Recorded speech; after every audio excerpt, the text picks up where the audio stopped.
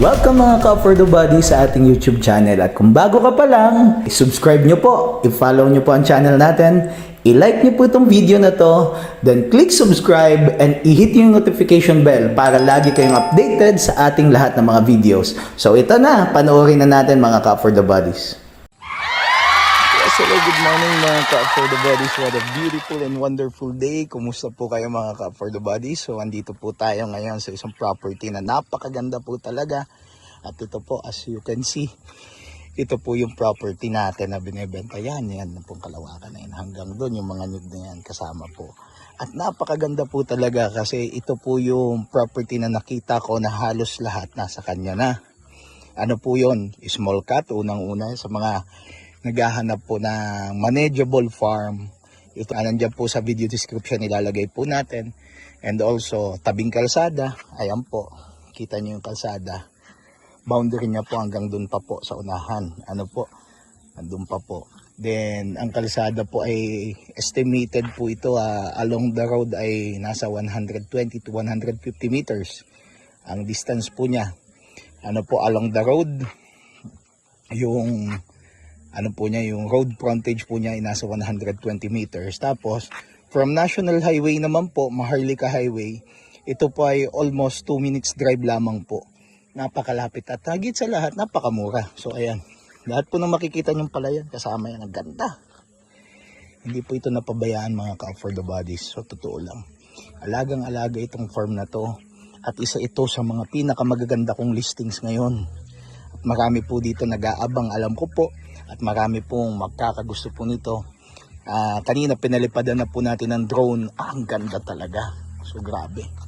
Ano po, nalagaan yung farm. Ayan, ang daming nyug po niyan. Sama po yan. Ano po, talagang nasa tamang distansya ang nyug. Ano po, yung bahay na yun kasama po yun. So, diretso po tayo dito. Magandang diretso. So, opo, ayan, may poste hanggang dyan po, ano. So, kasama po yan. Ano po, yung mga nandito po, once na mabili naman po yung property, ay sila po ay aalis naman po. At yan po pala ay titled property. So yung nakikita nyo yung ganyan, kasama po yan. Ito po, kasama po ito. So ang maganda dito, itong portion na to pwedeng gawing fish pond. Ano po, baybayin lang muna natin yung kalsada para makita nyo. Ano po, ganda ng property na to.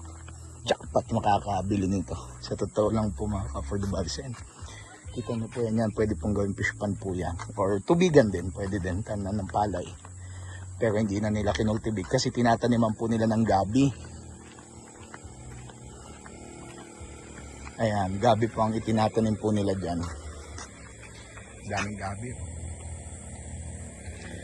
So hanggang dito po yung boundary ng property. Kasama po yan dyan.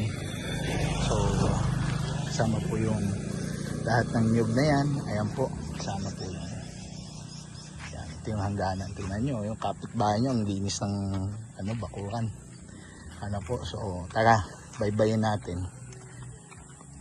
Napakaganda ng property na to. Jackpot ang makakabili nito. Totoo lang po. Kita po natin to. Ito pong bahay na to is kasama po yan. So may bahay na kayo kaagad. Ito po kasama pa po yan, pero aalis po yun nandyan. Mga kamag-anak naman po yun ng may-ari. Yan po yung taniman nila ng palay. Ganda. Pwede na naalagaan. Tapos ang maganda dito, may kuryente na po siya. Sama na. Okay. So ito po, andito po yung poso nila dito, may kasama poso. Andito po yung mga kamag-anak nila. Kaway-kaway naman ma'am. Yan. Okay, andito yung poso nila. Ayan. Ayan, may water na tayo. So hindi na problema ang tubig. Ano po. Ayan, ganda. Ganda po ng property na to talaga. Nalagaan. Yan po yung palayan. Ang haba eh. Ilang pitak yan ng palayan. Hindi po bababa sa 8 eh. 8 kahon. Ito yung likod. Ito yung likod nila. Hindi na, malinis eh. Oh. Malinis na malinis po yung likod. Ba? Probinsyang probinsya. May mga mangga, may langka, may kakao, puno ng kakao. Dami pong pa. May... Oh, ano po ito? Guyabano? Uy, guyabano. Ito po, may guyabano. Ano po? May lukban, may pili. Ito pong likod, pili. Oh, dami ano. Ito po guyabano. Ano pa po yung mga doon? Nandun po, mga puno doon, oh. Ito, lukban. Halos lahat nandito na po. Oh. Ito po yung literal na bahay kubo kahit munti. Kompleto. Ayan. Asan po yung mulberry nyo, nanay?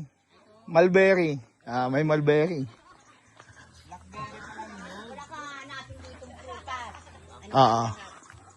May kakao, no? May kakao nga. Ayan, may kakao. Ito, mulberry niya. Oh. Mulberry. May pinya. May kamuti. Tikman nga natin. Mulberry. May kamuti. Mulberry. Dami.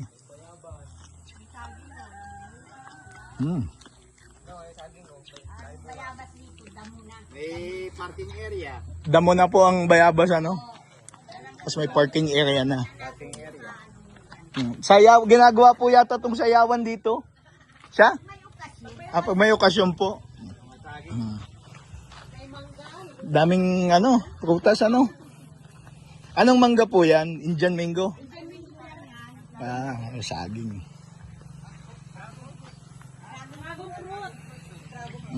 Sipag nyo po nanay magtanim ano? Kayo lang po nagtatanim? Nasaan na po si tatay?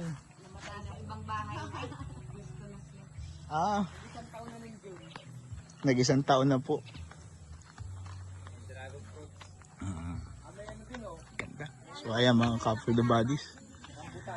Nasaan? Rambutan? Ito rambutan? Dami ano. So, ano? Kung ang bahay kubo po ay may prutas, ito na yon.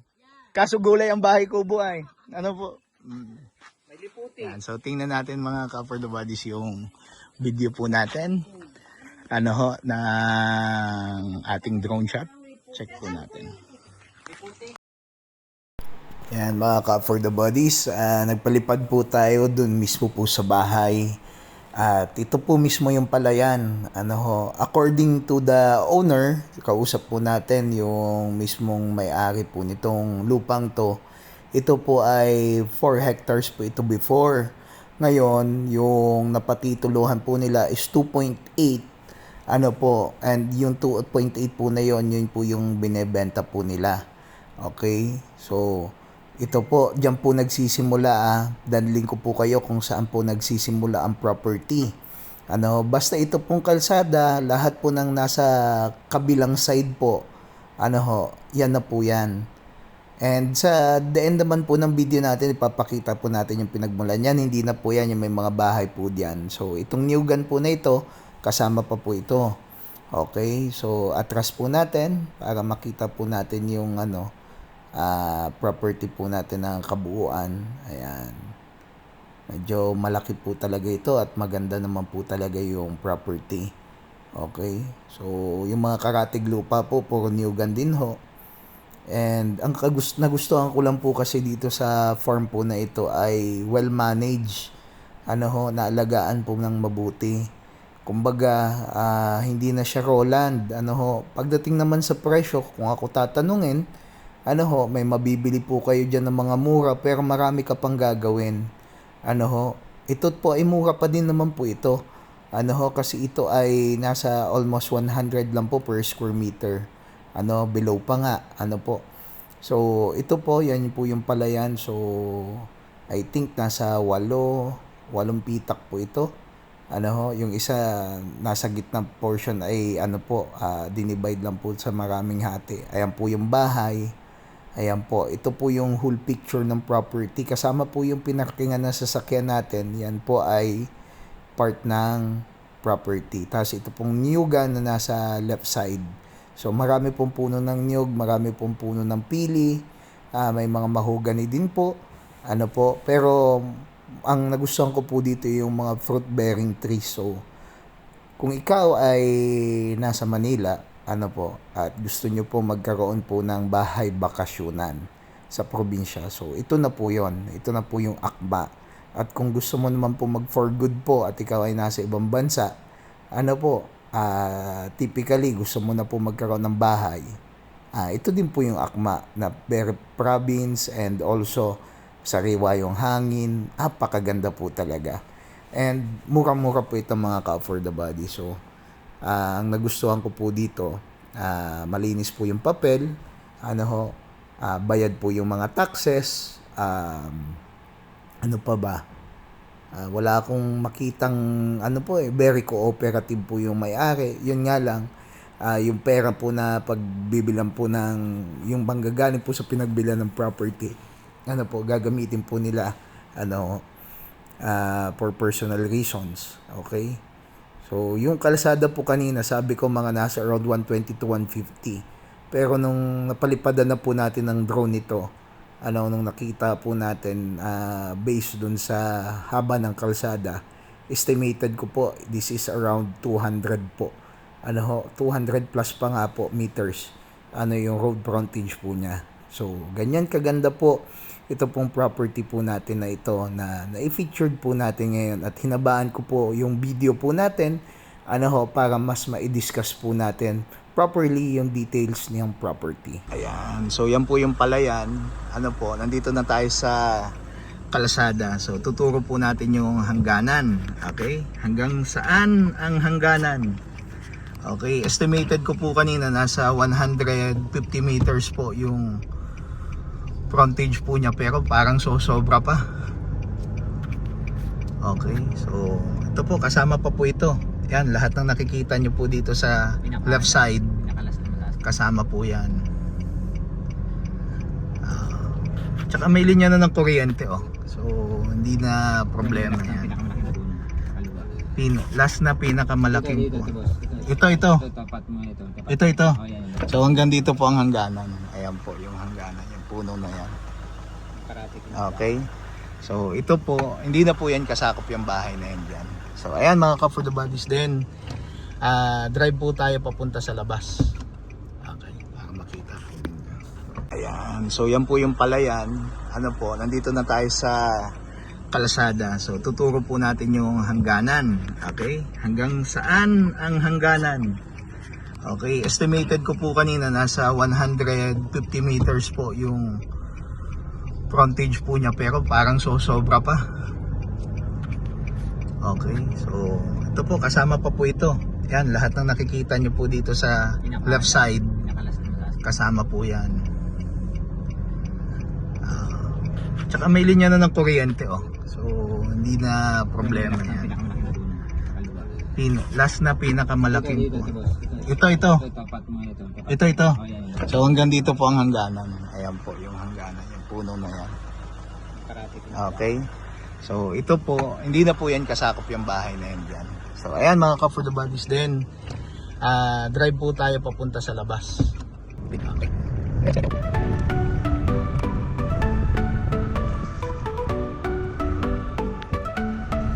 Mura at kalidad na serbisyo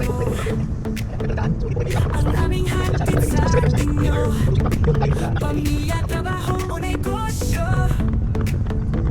aliman ay pwede dito. For the land. Kalidad na trabaho, serbisyo garantisado. For the land. Sa pagangat, sama-sama tayo. For the land.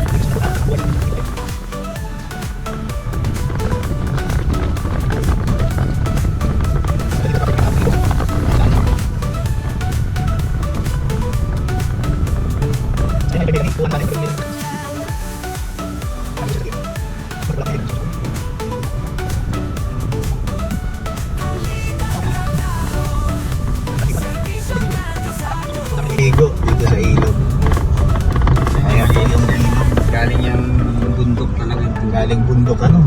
May pakita niya yung bundok, sir. Ayan, yung bundok na yan. Diyan galing tong ilog. So may malapit po na ilog dito sa property. Ayan. Ano?